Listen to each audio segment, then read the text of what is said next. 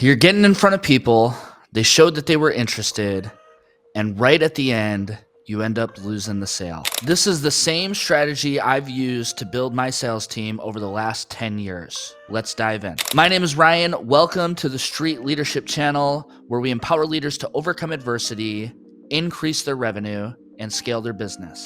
The first thing you have to master in order to become a better closer is you have to increase your own confidence.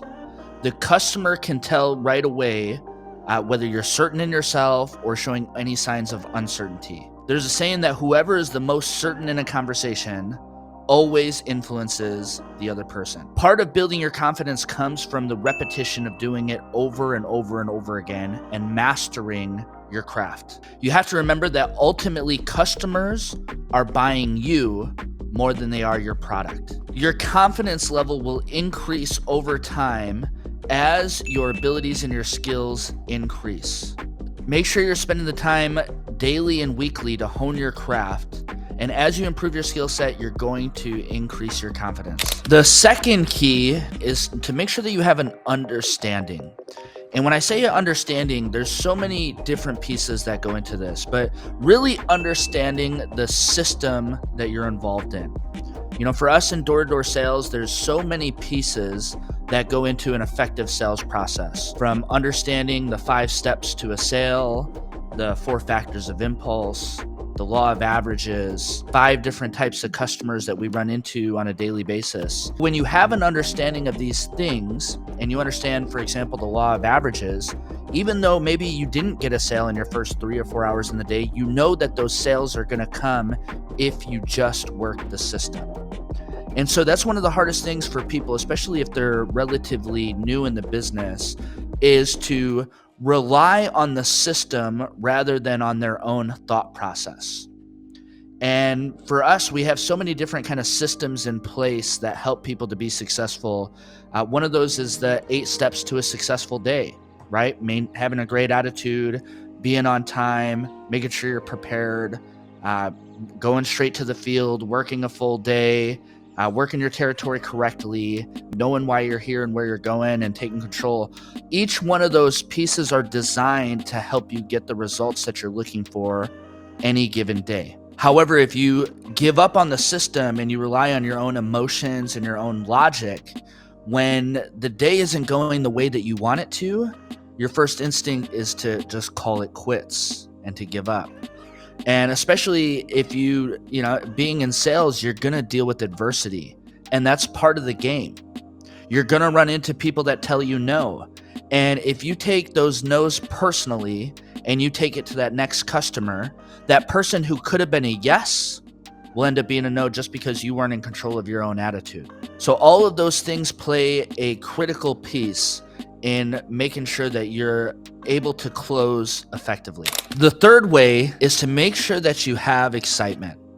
We have a saying that the people that lack sales usually lack excitement. If you're going to the customer and you're unenthusiastic and you're kind of dead, how is the customer gonna feel that energy or feel compelled to want to do business with you? We have a saying that you have to sex the customer, and that stands for smile, eye-to-eye contact, and excitement. If you're smiling at the customer, you're making eye contact, you look like you're friendly, and you're showing some enthusiasm for what you're talking about, they're much more likely to want to engage with you, interact with you, and actually buy from you. If you're not excited to be there, the customer's going to feel that, and they're not going to be excited to do business with you.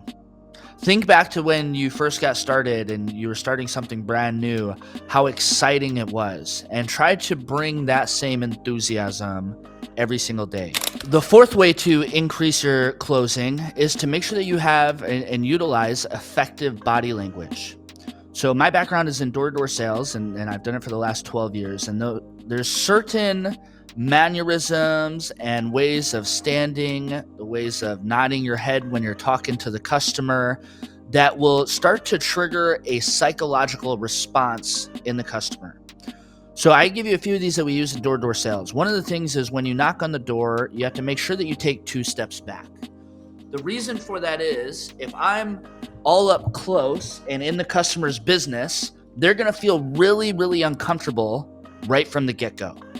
So we want to make sure that we're giving proper distance to make them feel comfortable of even coming out and engaging with us to begin with. The next thing is I don't want to stare the customer down, kind of like I'm staring you guys down this entire time. You want to make sure that as you're engaged with the customer, you're making eye contact for about 3 seconds at a time and then kind of looking away. Making it for 3 seconds at a time and then looking away. The reason for that is one, you want to make sure that they trust you, and that's done through making eye contact. But you also don't want to intimidate them and make them feel uncomfortable by just kind of staring into their soul continuously.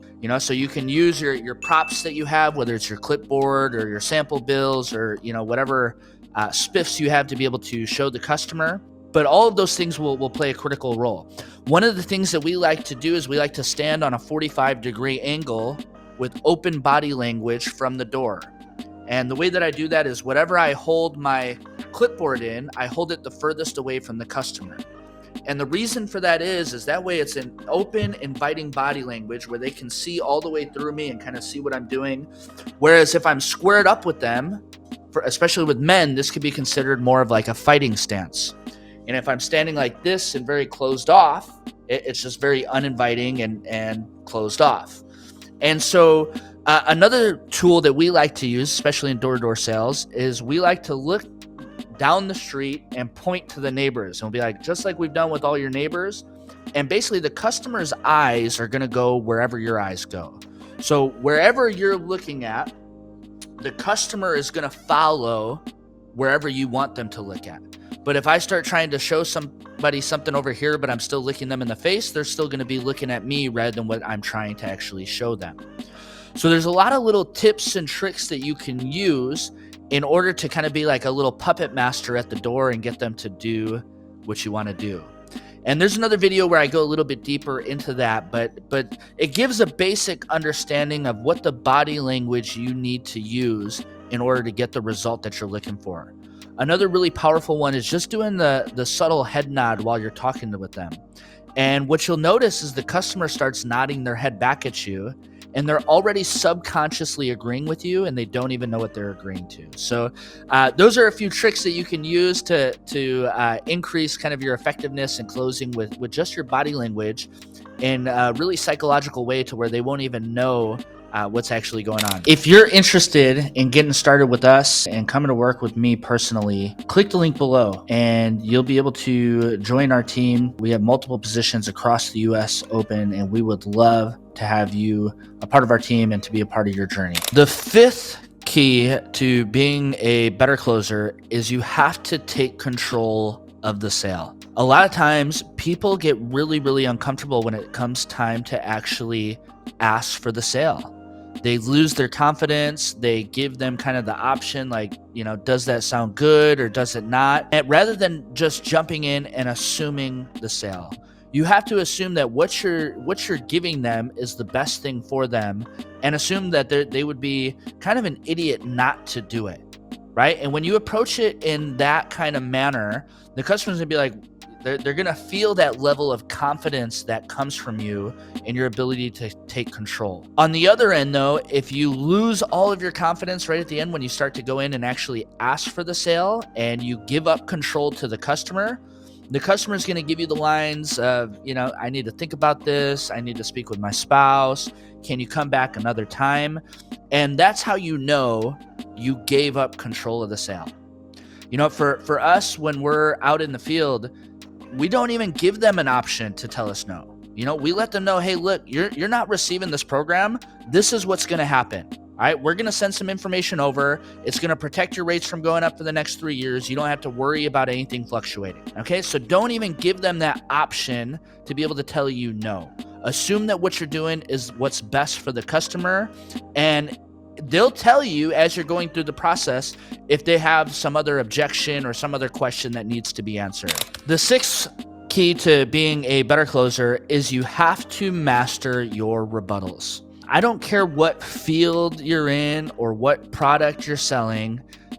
Eventually, you're going to know exactly what the customer's objections or questions are for the field that you're in. From my experience, all customers are pretty much the same. They all have the same questions or objections. It doesn't matter whether you go north, whether you go east, whether you go south, whether you go west, whether you're in the hood, whether you're in the affluent neighborhood. They all have the same type of objections. So you have to master whatever those objections are for your field. 80% of your yeses are going to start off as a no. And in order to be effective at your rebuttals, it's your ability to take that customer's negative and be able to turn it into a positive. And so whatever it is for the field that you're in, you have to master it, you have to practice it, and you have to be quick and confident in it.